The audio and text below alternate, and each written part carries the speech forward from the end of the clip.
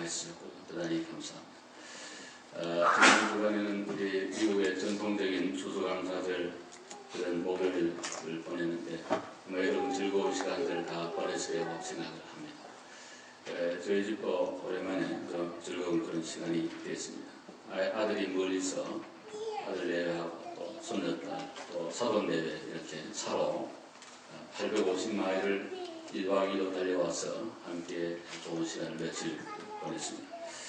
왔다가 가고 나니까 얼마나 허전한지 이렇게 정말 허전한 그런 마음이 되었습니다. 저는 일찍이 고향을 떠나서 기지 생활을 했습니다. 68년도에 제가 2월 달부터 오늘까지 고향을 떠났습니다. 참 세월이 많이 지났습니다.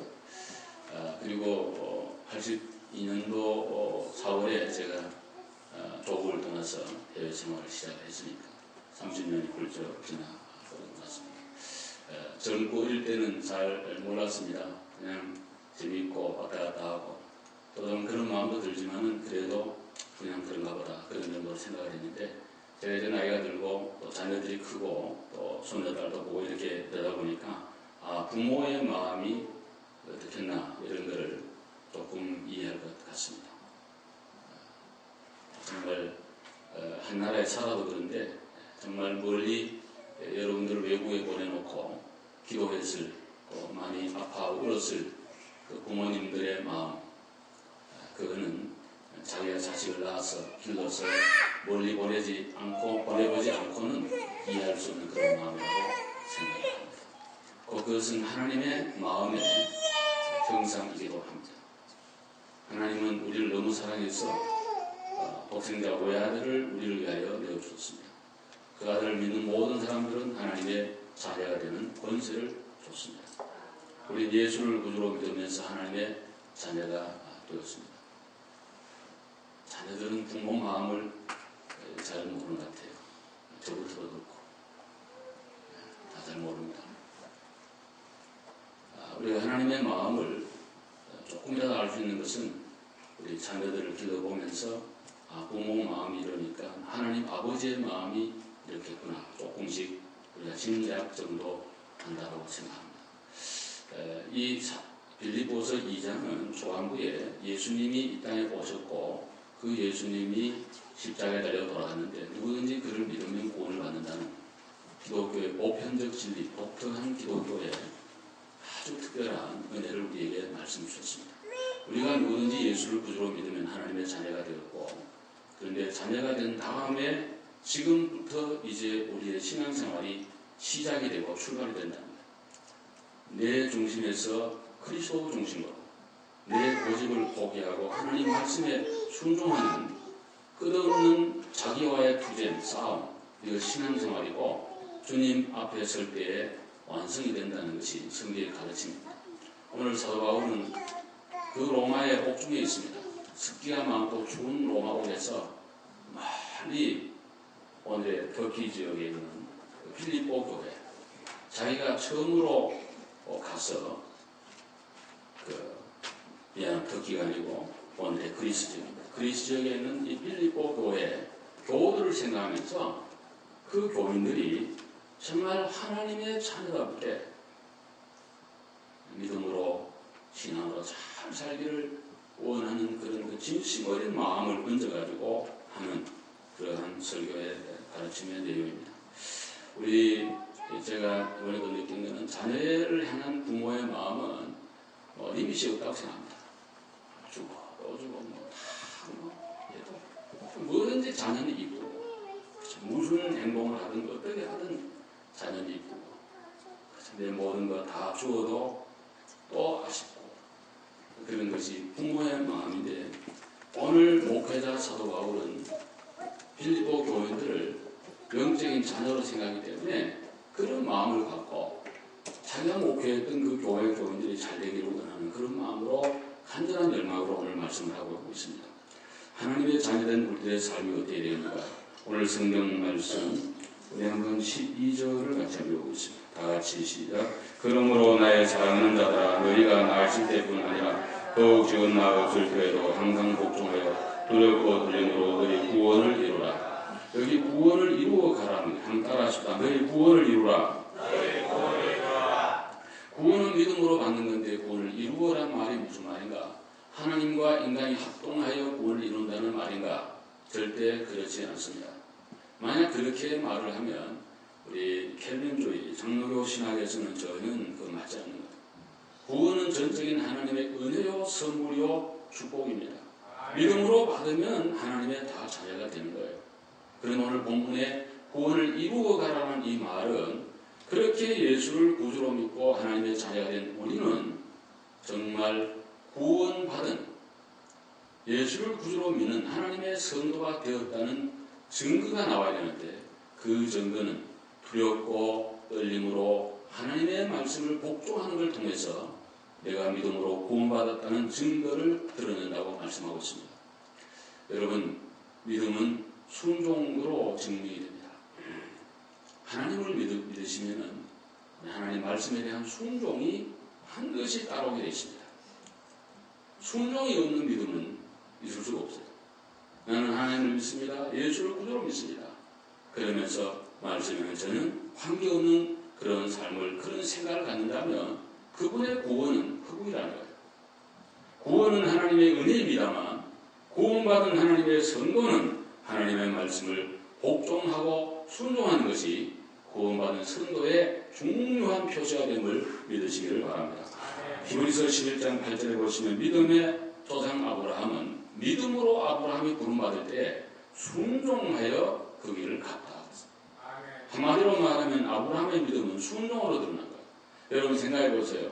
오늘의 그 이라크 지역에서 가나안까지 그 멀고 먼 길을 뭐 GPS가 있는 것도 아니고 비행기 탄 것도 아니고 믿음 하나 가지고 성령님이 인도하는 대로 그 먼 길을 가게 되었고 그는 75세에 부름받아 100세의 아들을 낳기까지 25년간 믿음을 갖고 순종하면서 하나님의 길을 따라갔던 사람이 바로 아브라함이었습니다. 여러분, 특별히 오늘 이 빌립보 교회는 세워지는 역사가 사도행전 16장에 나오는데 루디아라고 하는 어떤 그 장사하는 여자, 그건 뭐 왔다 갔다 하는 그러나 그게 부자였던 그 여인, 그 사람이 예수를 구주로 영접함으로 기초가 되었고 또 빌립보 옥의 간수장이 예수를 믿음으로 세워졌던 교회가 바로 빌립보 교회인데 사도행전 16장에 보면 간수가 예수를 믿을 때 막 두려워하고 떨었다는 그런 얘기가 선생들하고 우리 어찌하고 하면서 굉장히 두렵고 떨리는 그런 마음을 가지고 왜? 갑자기 지진이 나고 옥문이 열리고 옥토가 다 흔들리면서 다 많은 것들이 풀어졌는데 정작 죄인들은 하나도 도망가지 않고 죄수들이 거기 있는 걸 보면서 너무너무 두렵고 떨렸던 그런 마음을 표시하는 성경을 보게 됩니다. 그래서 사도 바울은 이해합니다. 너희 교회가 원래 하나님을 두렵고 떨리는 마음으로 받고 세워졌던 교회인데 내가 거기 있을 때나 혹시 없을 때에도 더욱 복종하면서 두렵고 떨리는 마음으로 너희의 구원을 이루어 가라는 거예요. 오늘날에 너무 값싼 은혜가 유행하는 것 같습니다. 기독교는 하나님의 은혜로 구원받는다 그러니까 모든 것이 그냥 다 아무렇게 해도 된다. 기독교는 사랑이니까 뭐든지 다 괜찮다. 성경은 그렇게 말하지 않습니다. 사랑에도 규율이 있고 정말 사랑한다는 법칙이 있고 그리고 정말 하나님의 은혜로 구원받았으면은 그 구원에 대한 내 삶의 자세는 두렵고 떨림으로 하나님의 말씀에 하나님 앞에 복종하며 살아가는 것이 우리 믿음의 성도의 바른 길이라고 그렇게 가르쳐 주신 거예요. 여러분과 저의 마음에는 항상 불순종의 마음이 있습니다.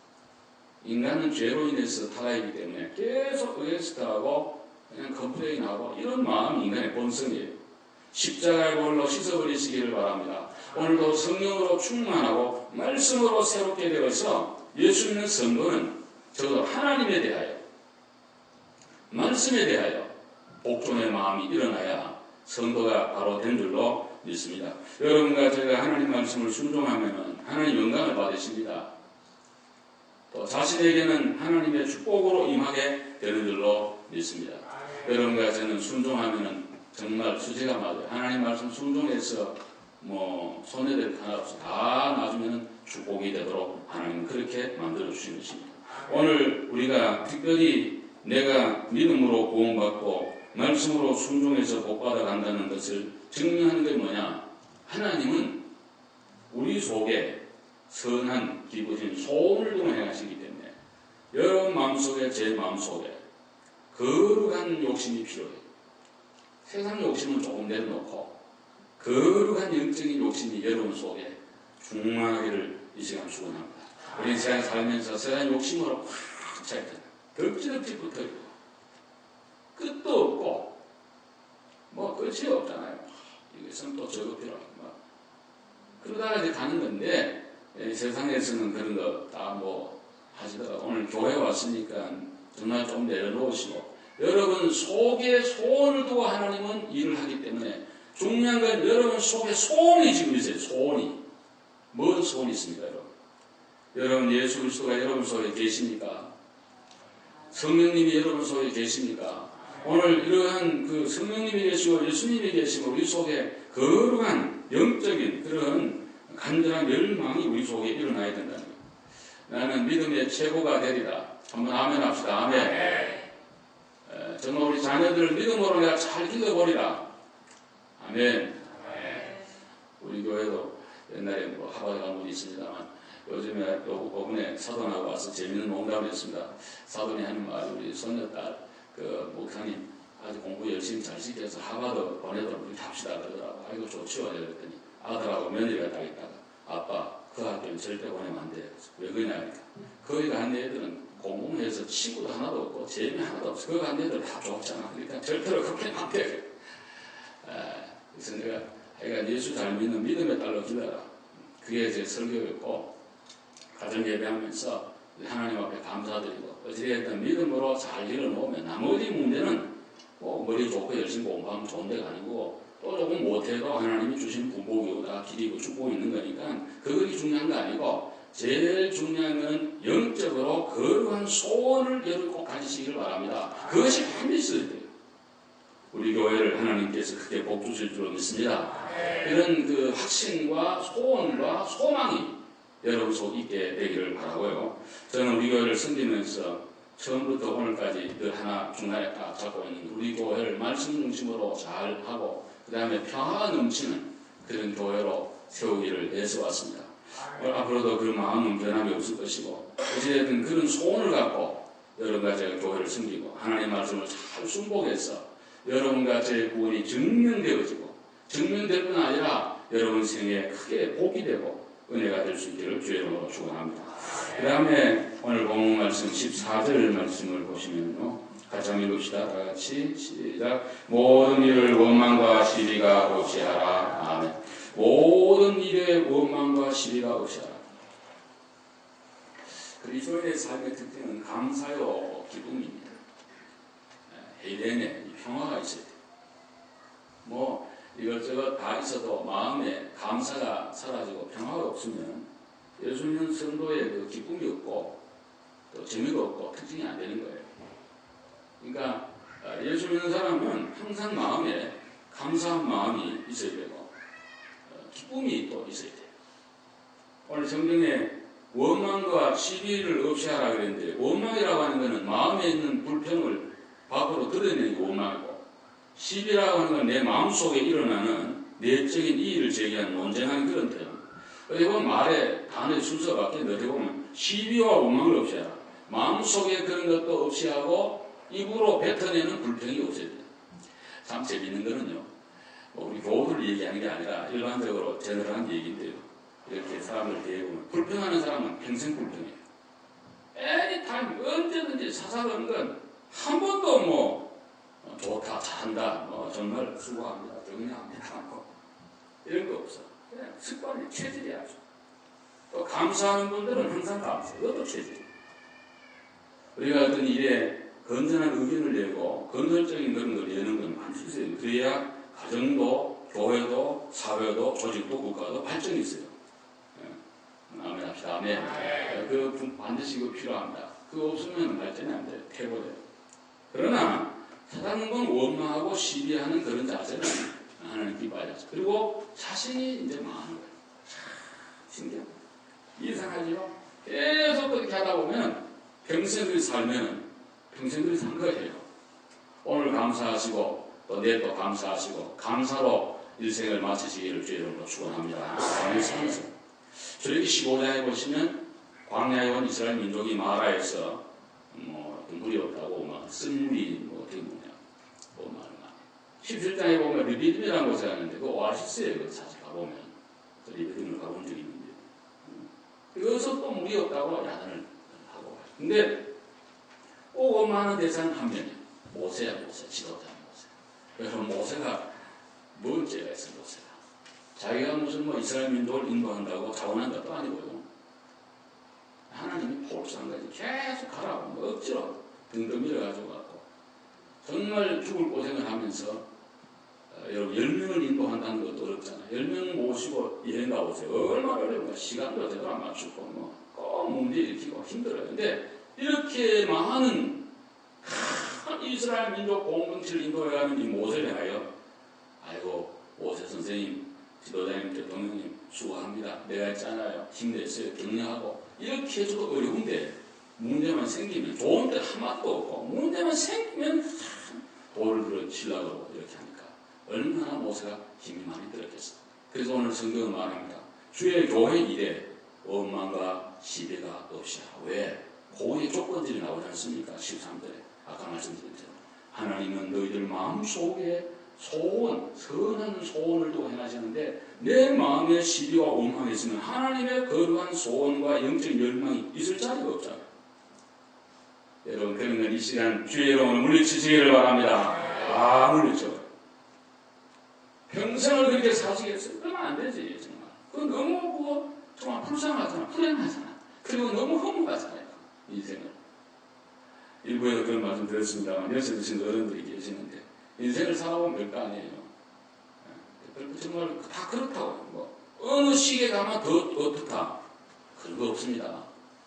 어느 시기엔 어려움이 있고 좋은 것도 있고 항상 시절과 날줄되어 인생 앞에 도전하는 거지.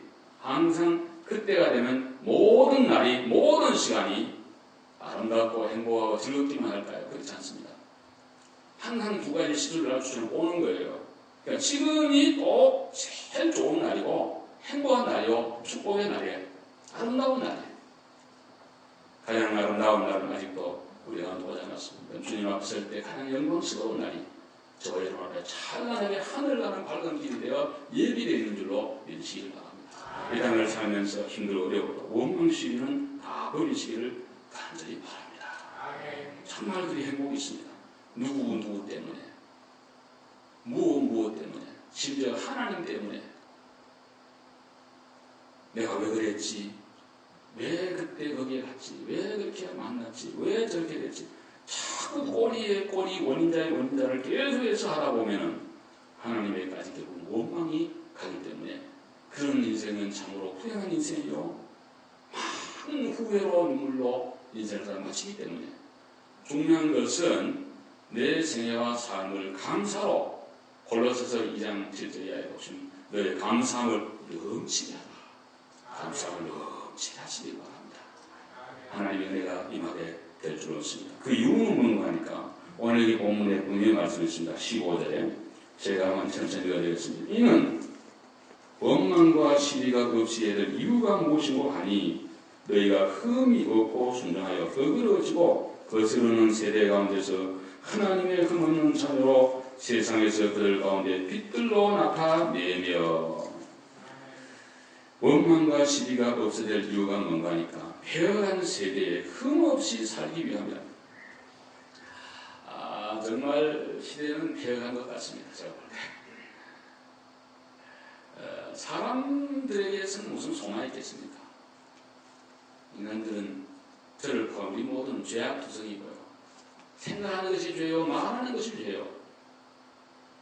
살아온 삶이 죄에 그저 발자국이었음을 보여. 존경하는 고 박임선 박사님 80회 생신에 제자들이 논문집을 정정을 하니까 그러나 이런 말씀했습니다. 80 묵은 죄인이 무슨 말을 하겠습니까? 한 해 더 사는데 더 많은 죄를 쌓고 또 쌓는 그런 삶이 인간의 삶이 아니겠습니까? 거스리고 어그러진 세대라고 했습니다. 여기에 흠없이 살아간다는 것. 흠없다는 말은 비난할 것이 없다는 거예요. 우리가 뭐 특별히 성자가 될 수 없지만 그래도 비난을 받으면서까지 살면 안 되지 않겠냐. 그러기 위해서는 원망과 시비가 거쳐야 된다. 싸움이라고 하면 항상 돼야하기 때문에 싸우게 되면은 나도 모르게 혈압이 올라가고 또 이성을 잃어버리고 해서는 안 되는 말도 하고 그런 행동도 나오기 때문에 그래서 싸움과 원망과 시비는 결국 다 같이 망한다. 피차 물고 먹으면 같이 멸망한다고 성경 그렇게 말씀해요. 그래서 우리는 절대로 이 패배하는 세대에 흠없이 살기 위해서라도 원망과 시비는 사라져야 돼요. 여러분 가정의 평화가 충만하기를 바랍니다. 여러분이 속한 직장과 상태가 여러분 때문에 행복이 올 수 있는 그런 좋은 피스메이커가 되는 삶으로 좋겠습니다. 저 인생은 저 인간은 안 봤으면 좋겠다. 그런 사람이 있으면 참으로 불행한 것입니다. 빛으로 나타내며 생명의 말씀을 나타내야 된다는데 여러분 원문과 시비가 있는 곳에 말씀이 드러나겠어요? 인간의 혈기가 드러나겠어요? 그러니까 다 묻혀버리고 만다니. 참 이 싸움이라고 하는 거, 원망이라고 하는 거 이건 정말 그리스도인의 삶에서는 반드시 없애버려야 될 아주 중요한 공덕의 1호라고 생각합니다. 그거 잘 안 되죠. 살다 보면 안 됩니다. 잘. 어떤 것 뜯어가면 터무니없이 얘기하고 이러기 때문에 참 어떻게 할 수 없고 그래서 막 일을 낼 수밖에 없는데 여러분 그저 여러분 마음속에 성령님을 모시고 기쁨으로 말씀을 채우시고 우리 주님을 딱 붙드시고 그러면서 감사로 여러분을 채우시고 긍정적으로 나가면 원망과 시비는 점점 사라지면서 평화와 기쁨이 우리 가운데 충만하게 될 줄로 믿습니다. 우리 앞에 재단에는 절대로 원망과 시비를 하는 분이 있으면 안 되겠습니다. 감사로 충만하시기를 바랍니다. 여기 찬송이 있고 감사가 있고 은혜가 있는 그런 재단이 되어야 될 것입니다. 그리고 오늘 본문 마지막에 보시면 16절로 18절 같이 한번 천천히 읽어봅시다. 시작. 생명의 말씀을 밝혀 나의 다름지 헛되지 아니하고 수고도 헛되지 아니하므로 그리스도의 날에 내가 자랑할 것이 있게 하려 합니다. 만일 너희 믿음의 재물과 승김이 내가 나를 전제로 들지라도 나는 기뻐하고 너희 무리와 함께 기뻐하리니 이와 같이 너희도 기뻐하고 나와 함께 기뻐하라. 아멘. 이 그리스도인의 삶, 하나님의 자녀된 자들의 삶이라고 하는 것은 나를 통해서 다른 사람에게 기쁨이 되는 그런 삶이 되어야 된다. 우리가 하나님의 자녀의 삶은 하나님을 기쁘시게 해야 돼요. 이웃을 기쁘시게 해요. 그 자체가 결국 자기에게 기쁨이 온다는 그런 말씀이에요. 이번에 아이들이 와서 제가 이런 얘기 잘 안 하는데 오늘은 한마디 하는 거 여러분 양해해 주시기 바랍니다. 왔는데 어찌됐든 반갑죠. 반갑한데 깐난 아이를 데려오니까 짐이 말이죠. 요즘 젊은 사람은 침대까지 가져오더라고. 침대 스트롤러 해서 기저귀 가방에서 한 보따리를 깨끗하게 치우는 집에 하여간 다 갖다가 해놨어요. 그래도 자녀가 오니까 너무 좋고요. 또 이 손자, 손녀 애들 웃는 모습이 그렇게 어른들이 좋다 그러는데 저도 보니까 정말 가난해 누구의 우리 아이가 아니라도 누구 집 아이라도 애들이 웃는 천사 같잖아요. 한 번 웃는 게 100만 불짜리라고 정말 사람 간장을 먹이는데 그거 좀 많이 웃게 가려고 하니까 계속 내가 앞에서 저름을 떨어다니까 우리 손녀들 앞에서 까꿍까꿍 춤도 추고 제가 춤을 좀 춥니다 이랬더니 막 이렇게 하면서 막 하니까 우리 사장님에다가 할아버지가 손녀들 앞에 저런 부리냐 그러는데 하여간 과거는 애들이 저런 부린다 그러는데 지금 반대예요. 며느리 있으나 그런 관계 없어요. 저는 아무 교정면에서 그래서 즐거운 시간을 그렇게 이제 가졌는데 걔를 즐겁게 해주니까 걔가 웃으니까 온 집안이 웃음인데 어른들 말씀에 애들 웃는 소리가 안 나 웃을 일이 없다 그러는데 정말 애가 웃으니까 온 집안이 웃고 얼마나 좋은지 참 이래서 하나님이 또 나이 들어서 애들이 또 손녀들이 크고 손자들이 크는 걸 보면서 행복을 주는가 이런 생각을 해봤는데 우리 예수님 성도가 하나님을 그렇게 기쁘시게 하고 또 모든 사람을 기쁘시게 하고 그렇게 하면 얼마나 좋을까. 특별히 사도 바울은 그거예요. 빌립보 교회에서 목회를 하는데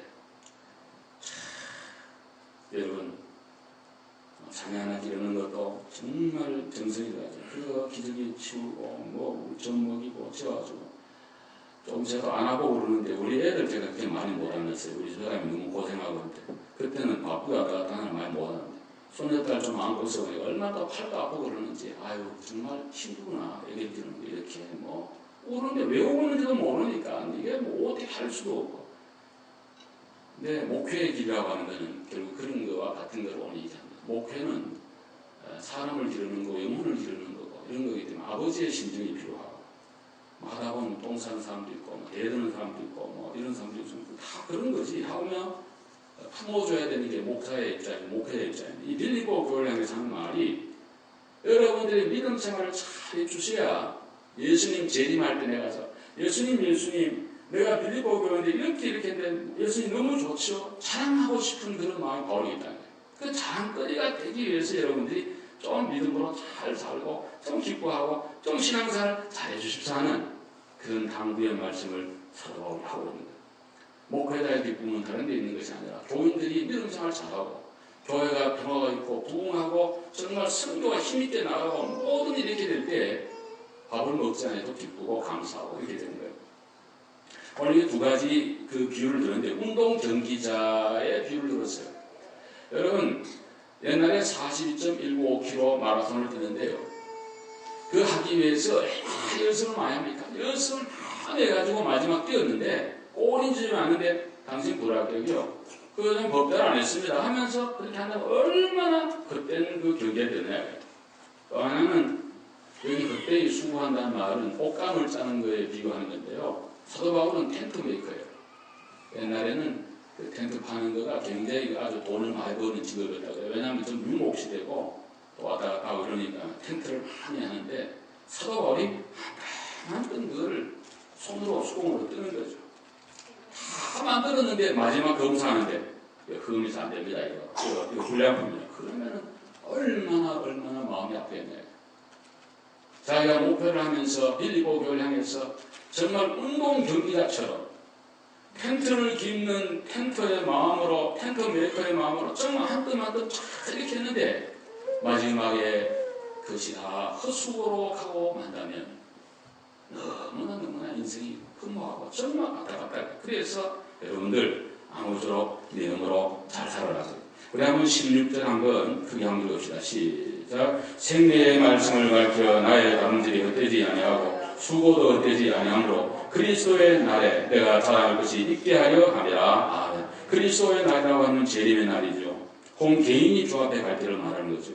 그때에 자랑할 것이 있도록 여러분들이요 제발 분쟁하지 말고 믿음으로 잘 살고 신앙으로 잘 살아라. 그렇게 사도 바울이 간곡히 당부하고 있는 모습을 보게 됩니다. 여러분 사도 바울은 오매불망 빌립보 교인들 생각하고 있는 거예요. 여러분은 사업하는 분들 사업의 생각이 있겠죠. 목회하는 목사는 교우들에게 교회에 항상 장학하나 생각하고 눈만 뜨면 설교가 되기 때문에 설교 준비로 책을 하나 읽어도 누구를 만나고 성경을 보고 늘 거기에 그냥 관심이 그렇게 평생을 사는 사람들이 목회 그렇게 살아가는 것입니다. 여기 오늘 성경의 17절에 뭐라 했어요? 너희들의 믿음의 재물 위에 내가 전제가 되어 그런 말입니다. 옛날 제사는요 재물을 드린 다음에 꼭 포도주를 부어야지 그 제사가 완성이 됩니다. 전제 디모데후서 같은 데도 전제, 관제 그런 말 나오는데 이거는 포도주를 붓는 의식을 말하는데 쉽게 말하면 본인이 피를 뿌려 빌립보 제단에 피를 뿌려 나를 드리겠다는 사도 바울의 그러한 각오와 결심을 말씀하고 있는 거예요. 여러분은 우리 교회의 재물이고 저는 전재물입니다. 여러분 한 분 한 분이 온전히 하나님께 드리고 믿음으로 헌신하며 수고하는데 목회자인 저 자신을 드려 그 제사가 완전하게 되고 하나님께 드려지도록 그렇게 되기 위하여 전제로 부어지게 될 것입니다. 오늘 여러분과 저는 몸과 마음이 하나의 운명 공동체입니다. 나만 잘 되고 누구한테 그거 아니에요. 교회는 신령한 의미의 믿음의 공동체가 된 거예요. 저는 젊은 날 하나님의 은혜로 우리 교회에 부임해왔고 그간 하나님의 큰 은혜와 성도님들의 사랑과 보살핌과 배려 속에 오늘에 이루었습니다. 길다면 긴 그런 시간이었습니다. 제 젊은 날이 여기에서 다 갔습니다. 이만한 하나님의 교장도 주시고 사랑스러운 여러 교훈도 있습니다. 너무너무 감사합니다. 이제 우리 모두 일어나 이 하나님의 교회를 위해 믿음으로 충성하고 제물이 됩시다.